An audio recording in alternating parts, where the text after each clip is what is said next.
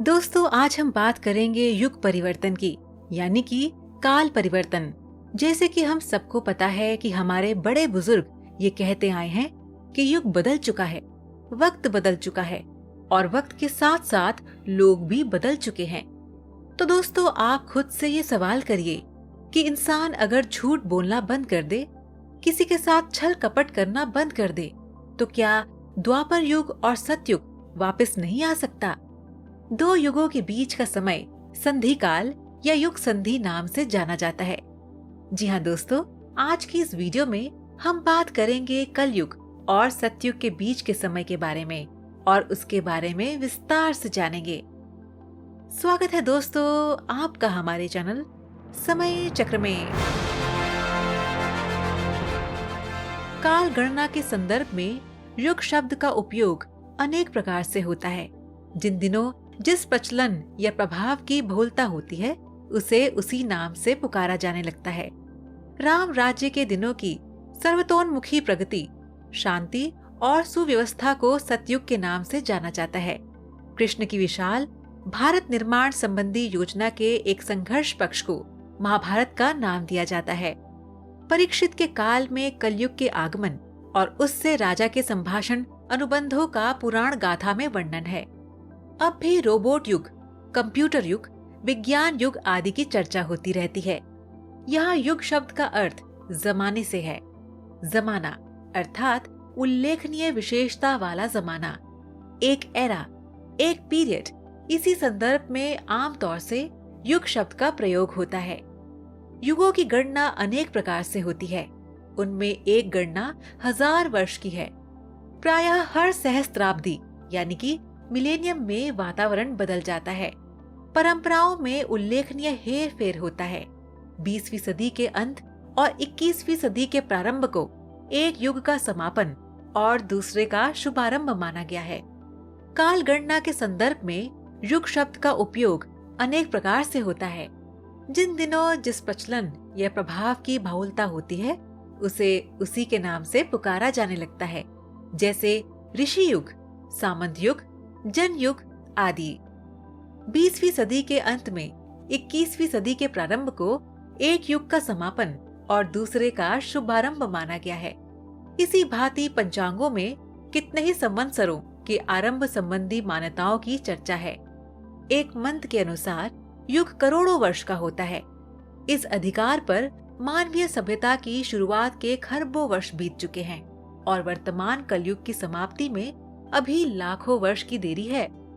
पर उपलब्ध रिकॉर्डों के आधार पर नृतत्ववेताओं और इतिहासकारों का कहना है कि मानवीय विकास अधिकतम 19 लाख वर्ष पुराना है। इसकी पुष्टि भी आधुनिक तकनीकों द्वारा की जा चुकी है। इस आधार पर धर्म ग्रंथों में वर्णित कलिकाल की समाप्ति की संगति प्रस्तुत समय में ठीक ठाक बैठ जाती है। ये संभव है कि विरोधाभास की स्थिति में लोग इस काल गणना पर सहजी विश्वास न कर सके। युग निर्माण योजना आंदोलन अपने अंदर यही भाव छिपाए हुए है। समय बदलने जा रहा है, इसमें इसकी स्पष्ट झांकी है।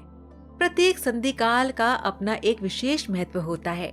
सूर्योदय और सूर्यास्त का समय संध्या काल कहलाता है। ये दोनों समय पर्व काल कहलाते हैं। साधना पर विश्वास करने वाले इन दोनों समय में उपासना साधना का विशेष महत्व मानते हैं।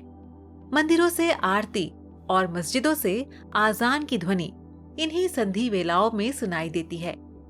सर्दी और गर्मी, इन दो प्रधान ऋतुओं के मिलन काल पर अश्विन और चैत्र की नवरात्रियां होती है। इन दोनों बेलाओं को पुण्य माना जाता है।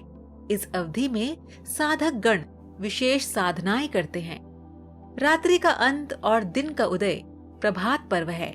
उस बेला में सभी में उत्साह उमड़ता है। फूल खिलते हैं, पक्षी चहचहाते हैं और सभी प्राणी अपने अपने कार्यों में विशेष उत्साह के साथ लग पड़ते हैं। नई सहस्त्राब्दी के बारे में भी ऐसा ही मानना चाहिए। 21वीं सदी भी ऐसे ही शुभ संदेश साथ लेकर आ रही है। उसके संबंध में उज्जवल भविष्य की ही कल्पना और मान्यता बनानी चाहिए। रात्रि जब समाप्त होती है, तब अंधेरा अधिक सघन हो जाता है। दीपक बुझने को होता है तो उसकी लपक बढ़ जाती है। युग परिवर्तन के साथ मनुष्य के लक्षण नहीं बदलते, बल्कि मनुष्य के लक्षणों से युग बदलता है। आप बड़े भाई का राम की तरह आदर करना शुरू कर दीजिए, माता पिता की आज्ञा मानना शुरू कर दीजिए, तो आपके लिए वही राम युग फिर से आ गया। अगर वास्तव में आपको परिवर्तन दिखता है, तो वह चीजों के इस्तेमाल करने से बदला जा रहा है। ये युग टेक्नोलॉजी का है, इसलिए इनके दिखावे से आपने खुद को उसमें ढाल दिया है और लोग अंधविश्वास पर उतर आए हैं। और अनुमान अंधविश्वास पर उतरकर विज्ञान की ओर लोग ज्यादा आकर्षित हो रहे हैं। आजकल तो कुछ ऐसे लोग भी हैं जिनके लिए भगवान के मंदिर जाना एक फैशन हो गया है। त्योहारों को भी फैशन का दौर कर दिया है। आस्था नाम की चीज तो लुप्त होती जा रही है। दरअसल युग के साथ लोगों के लक्षण नहीं बदलते, सिर्फ लोग एक दूसरे से होड़ करने में लगे हुए हैं और संस्कृति को खाते जा रहे हैं। तो दर्शकों, हम उम्मीद करते हैं कि आपको आज की ये वीडियो पसंद आई होगी। तो जाने से पहले आज का सवाल आपके लिए ये है कि क्या आप बता सकते हैं कि सबसे पहला युग कौन सा आया था? आप इसका जवाब हमें नीचे कमेंट बॉक्स में दीजिए। हमें आपके जवाब का इंतजार रहेगा।